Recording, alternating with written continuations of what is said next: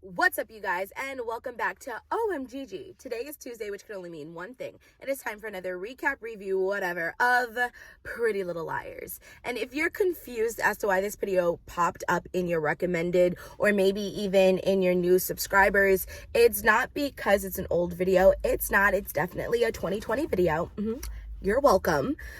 The thing is that when I did a poll on my Instagram asking what videos you guys wanted to see, a lot of you said that you wanted to see me review Pretty Little Liars from day one, meaning season 1, episode 1. And that is what I'm doing. I already addressed that in the first episode, but I'm addressing it here again. So now we can get into the review of episode 2 from season 1.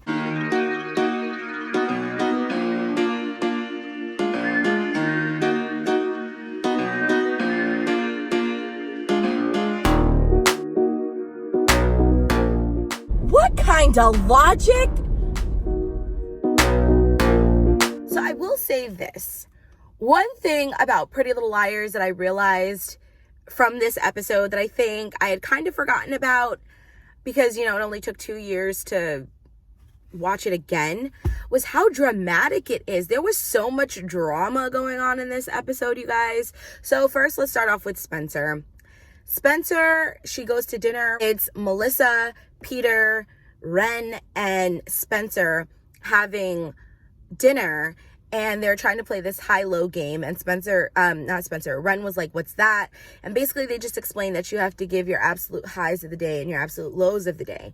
Now, in the very first episode, we noticed that Ren noticed how poorly Spencer was treated, especially from Melissa. And I think in episode 2, he really started to see just how bad Spencer was treating and that she didn't deserve that. And so we see this relationship form between Spencer and Ren. And we know that eventually it's going to lead to something more than just a friendship, the little flirting that's been going around. But I don't think anybody was prepared for it to happen in episode 2. So in episode 2, this is after the dinner party and everything. Spencer is lying on her bed. She's studying. She had that same shoulder pain that she had from last week's episode, the first episode. And Ren offers to help her, and she's like, no. They're talking, and then Ren kisses her. Melissa was walking by and saw in the mirror Ren and Spencer kissing, and that was pretty much the end of that. But Spencer did pull away and said, no, we can't do this. Ren looked really disappointed in that response, which, again, what is it with these grown men dealing with these little girls and, trying to persuade them to do the wrong thing? It's disgusting. But, that's neither here nor there, and that's none of my business. I didn't write the show. So, towards the end for Spencer and Ren, you see, leaving the barn with all of his stuff, and Spencer looks sad, and I think she also looked guilty. She felt bad, like it was her fault. So that was the big components for Spencer. Then we'll move on to Hannah. Hannah didn't really get that much play in this episode. I feel like this episode was specifically focused predominantly on Emily, just like the first episode, whether we really realized it or not, was predominantly focused on Aria. So this is more of an Emily heavy concentrated episode. So with Hannah, the biggest thing with Hannah is that she wants to sleep with her boyfriend Sean, but Sean is the pastor's son, and he's like, nah bruh, abstinence is key. We're not doing that. And she feels a certain type of way, and you do see her trying to seduce him, but it's not really working. And then all of a sudden her mother walks in, and then there's a knock on the door, or the doorbell rings or whatever, and Walden walks in and he's like, I brought Ty. And the mom whispers to Hannah, Sean's gotta go. Hannah's obviously confused because her mom had already told her that she wasn't gonna see him anymore, and she was just like, what's going on? So Hannah's portion of this episode ends off with her getting an outfit for something, and the outfit is basically to try and seduce Sean.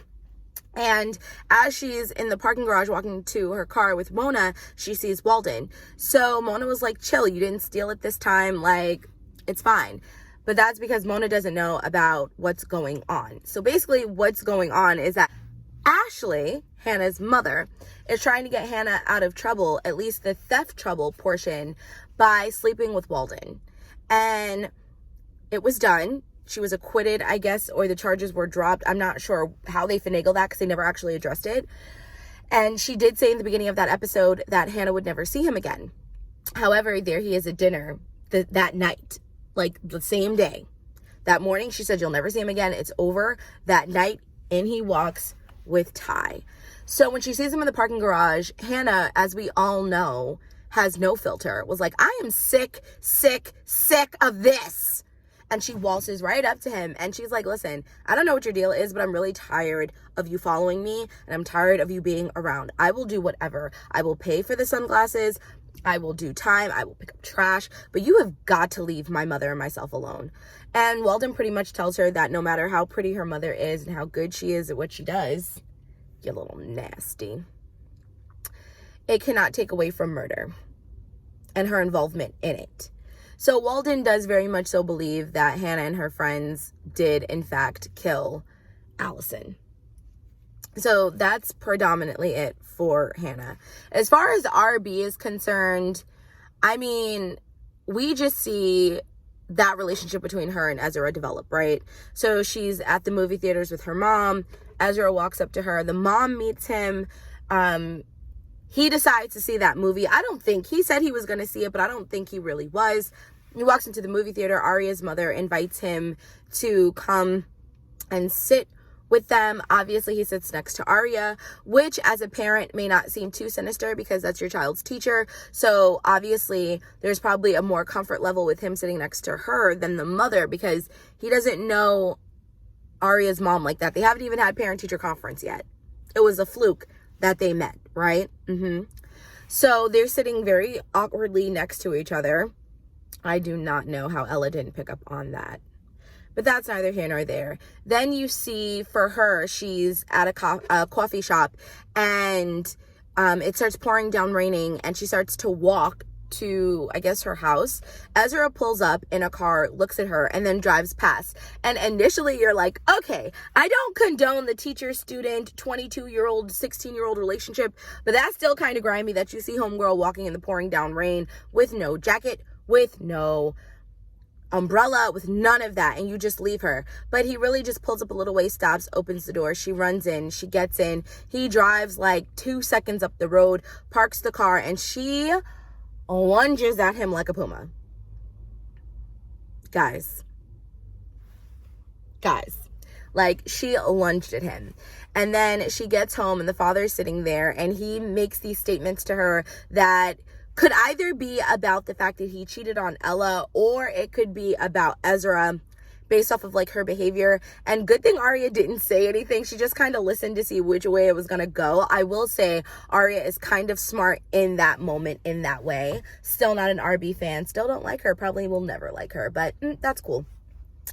And so, she asks the father if he's seeing her again. He says she's a teacher, well, a professor at the college, but, that, you know, they're not dating or anything. She asks her father if he was in love with her, and he said that he had feelings for her, but that they were never meant to compromise his marriage to Ella. And that reassured Arya enough for her to want to stay and have dinner, because right after that in walks Ella and her brother. His name is eluding me right now, but they walk in with Chinese food, which sounds so good right about now, and Arya decides to stay and have dinner. However, when she decides to go change her clothes, she gets a message about her affair with Ezra. And that was it for Arya. Now on to the star of this episode was Emily. My heart did go out to Emily because this is where you see Emily struggle the most with her sexuality and really struggling with knowing where she stands.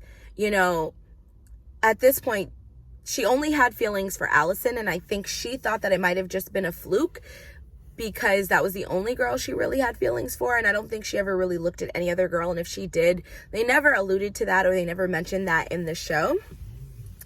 And then she meets Maya, and Maya makes her feel a certain type of way and really makes her question who she is and her sexuality. She struggles a lot.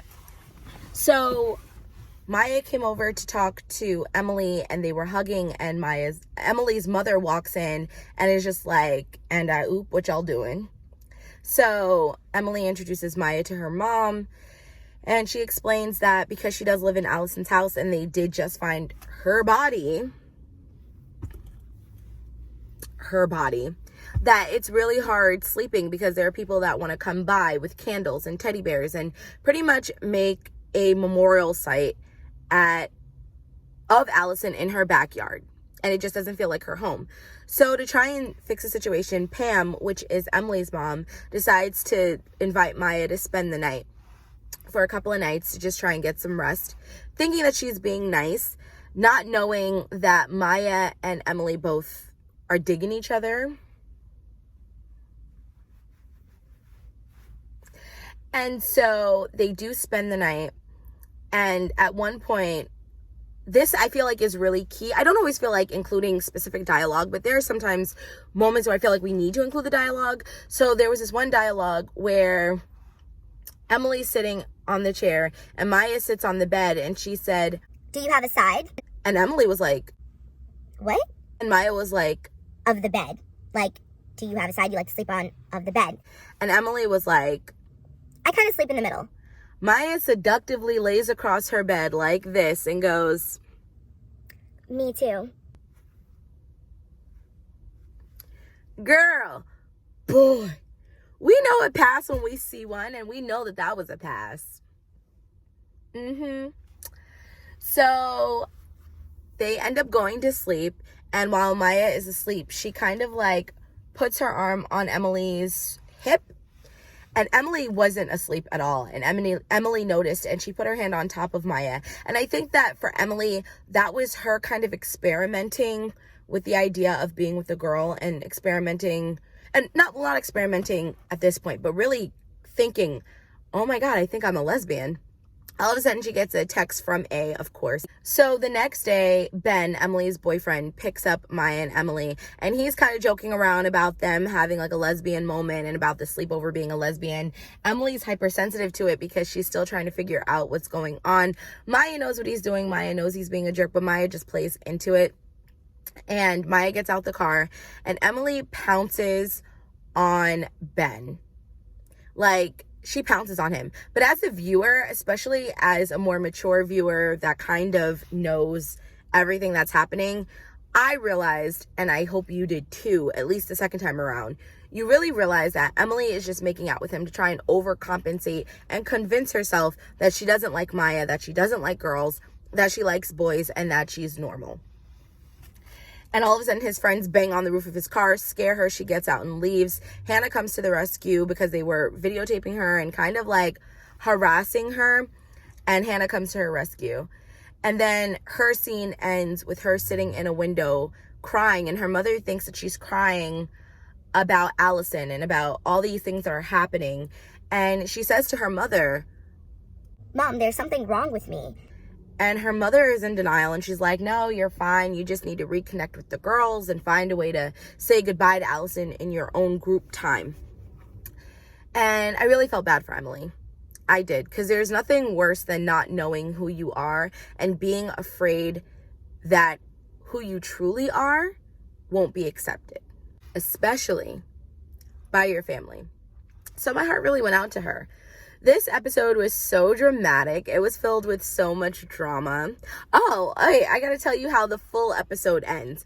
So the episode concludes with Spencer going out on a run with an old school iPod Nano strapped to like the collar of her running jacket. And she sees, what is her name? Jenna. She sees Jenna at the bus stop, and she's typing on a little thing. Her phone rings, and then she says, send text. Because apparently they didn't have talk to text in 2009, which I don't think that we really did. But that shows how much we've evolved, right? And now, obviously, they're thinking, oh my God, Jenna could be A. And I think that this is the beginning of them really speculating who could be A. Because in the beginning, they thought it was Allison, but then Allison was dead, and they found her body. And now they know it can't be Allison, so now they have to figure out who else it could be. Now they think that it's Jenna. There's something so nostalgic about watching Pretty Little Liars, and it makes me so happy and content, and I've missed it, so it feels really good to watch it again and to come back and talk to you guys about it and about everything that's happening. Please comment down below with how you guys are feeling about it. Loves and likes ya. Bye.